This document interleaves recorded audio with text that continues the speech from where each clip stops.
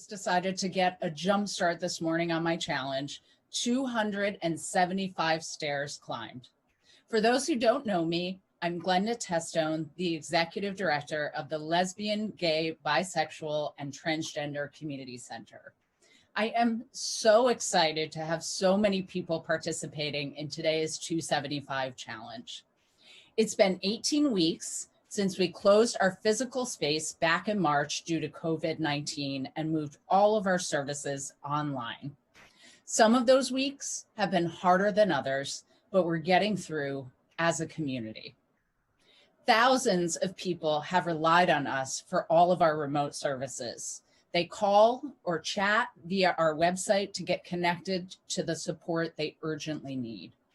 They're reaching out for help, for counseling, for at-home HIV tests, for substance use treatment services, for health insurance, and most of all, for connection to community. We serve hundreds of people each week right now virtually, and the demand for our services has only increased. And you all are here to make it possible for us to meet that demand. The funds you raise for the 275 challenge ensure that we can continue to provide the services that some of the most vulnerable members of the LGBTQ community need right now. We have a lot of people participating today who are part of our annual Cycle for the Cause event. And while we had to cancel this year's 3-day bike ride from Boston to New York, we are thrilled to have our Cycle family with us, along with hundreds of new participants taking today's challenge to support our work. The bottom line is we asked for your help, you heard us, and you sprung into action. We are so grateful, and we know that today will be amazing. I'm going to turn it over to David, our Cycle for the Cause manager, to give us some tips for today's event. Thanks so much, Glenda, and great job on those stairs. What else do you have planned for today? Well, I'm going to keep it moving for 275 minutes, David. Wish me luck. Awesome. You're going to do great, Glenda. So hi, everyone. I'm David, the Cycle for the Cause manager / 275 challenge manager. It's such a thrill that the 275 challenge is finally upon us. We're just blown away by the outpouring of support for today and the creativity you have shown in putting together your challenges. A few reminders.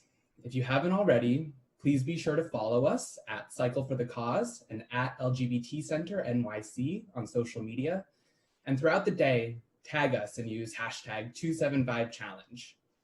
Now, I want you to get your phone if you haven't already signed up for our text alerts. It's not too late to opt in. All you need to do is text challenge20 to 97779. We'll be using text throughout the day for some virtual rest stops so you have a break to hydrate and fuel up and to share some fun content from your fellow participants.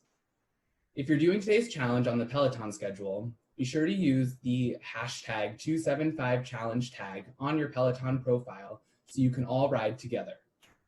Don't forget to thank folks who donate to you today. Your friends will love getting shout outs, whether you are live streaming or just giving them a high five on Instagram or Facebook. Finally, we're giving everyone a break from 1:05 to 2 p.m. to shower, eat, and get ready for our closing ceremony. We'll be back here on the Center's YouTube channel, so be sure to check your email or text messages for that link and come back when you are ready. And now, by popular demand, to avoid injuries, let's turn to Team Eagle member Ken Berkeley to lead us in a few stretches. Take it away, Ken. Thanks, David. Ken Berkeley here for the warm-up for the Cycle for the Cause 2020 275 Challenge. Whether you're home on your stationary bike or actually getting on the road this year, I'm going to take you through a few stretches to get you warmed up for your ride. First, you want to just do a basic mobility warm-up to get the blood flow going, swinging the arms, get the joint mobilization going. Each exercise should last about 15 to 30 seconds per movement.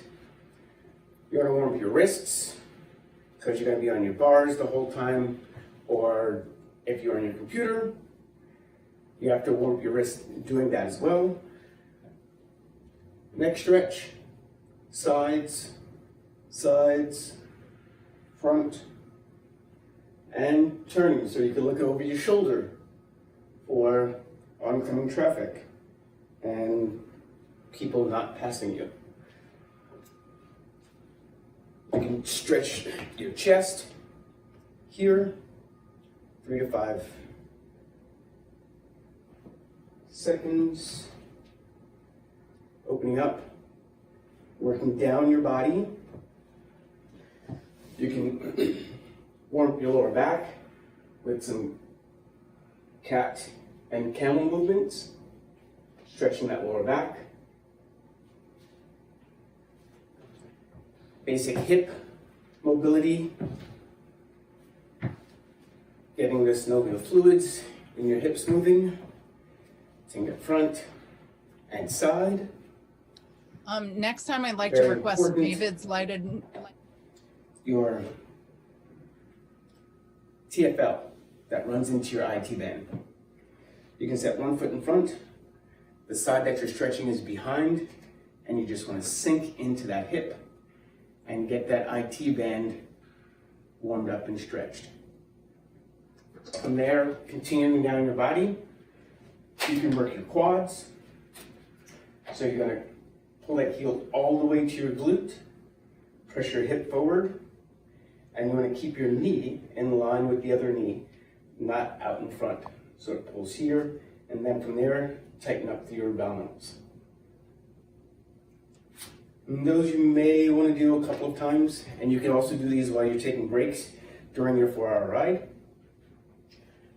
as well as your calf stretch with a straight leg. And you're going to hold that as well as with a bent leg. So when you're riding, your knee is always slightly bent. It's the stretch here with your heel down and your knee forward that's going to stretch your soleus, which is really, really important. And then still mobility, mobility, mobility. And I am going to be joining you actually on the road, riding with Team Eagle with my whip. If I see you may hear that crack of the whip. And make sure that you reach out to all of your friends and family to donate. Donate, donate. The center needs your help. We're all doing this together, and see you out there. The community around Cycle for the Cause is amazing. The people you meet are inspiring. The family feeling of it all is always so amazing. And the community is tight, and it's actually encased safely within that weekend where everyone is allowed to be fully themselves.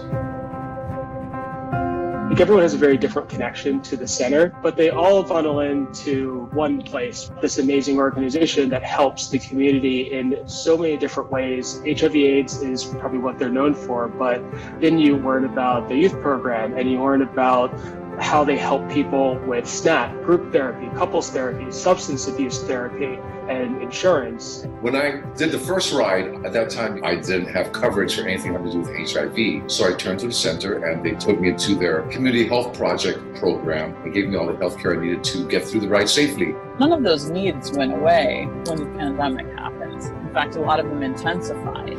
Thank you for calling the center. How may I help you? At the start of COVID, no one really knew what to do. Everyone was afraid that they were going to get sick. And there was the loss of income.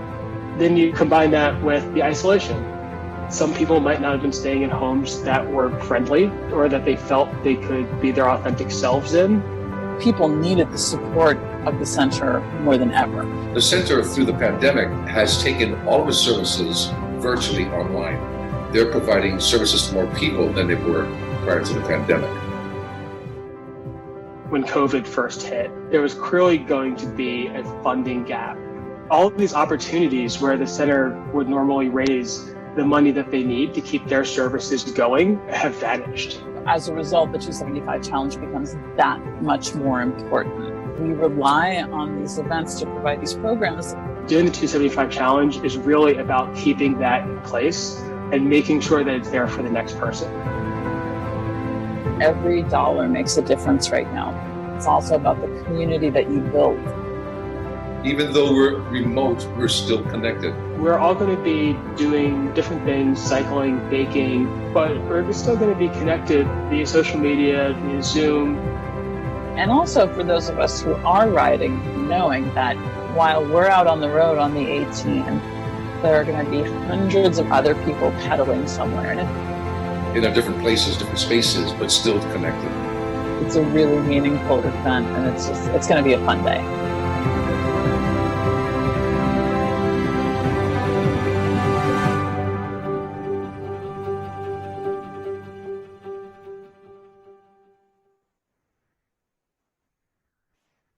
Thank you, Ken, Claire, Tom, and Cal.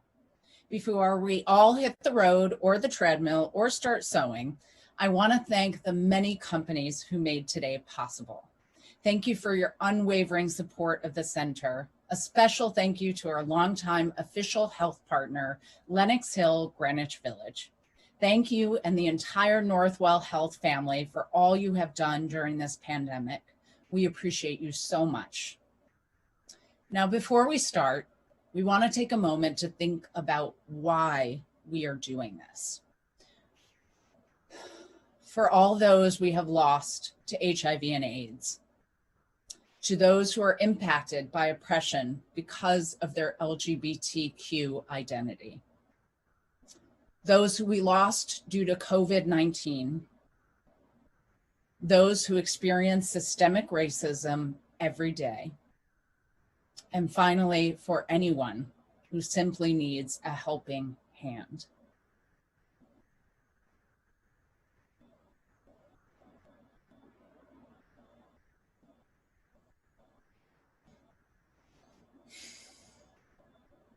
All of you, wherever you are, whether this is your first time embarking on a challenge like this or your 20th, today is about you. Thank you. You have committed to do something huge, helping the center provide vital services for LGBTQ people. The money you raise is going to directly ensure that we can continue to be a lifeline of support for LGBTQ people right now and when the COVID pandemic is over and we can gather again in person. You are helping bring the community together for counseling, groups, advocacy, and celebration. This pandemic has separated us physically, but we are still a community, even when we're apart. Today, together, we can make it through anything. Okay, now let's get those bikes, tighten those laces, turn on those ovens, get that needle threaded, and everyone together. Ready, set, go.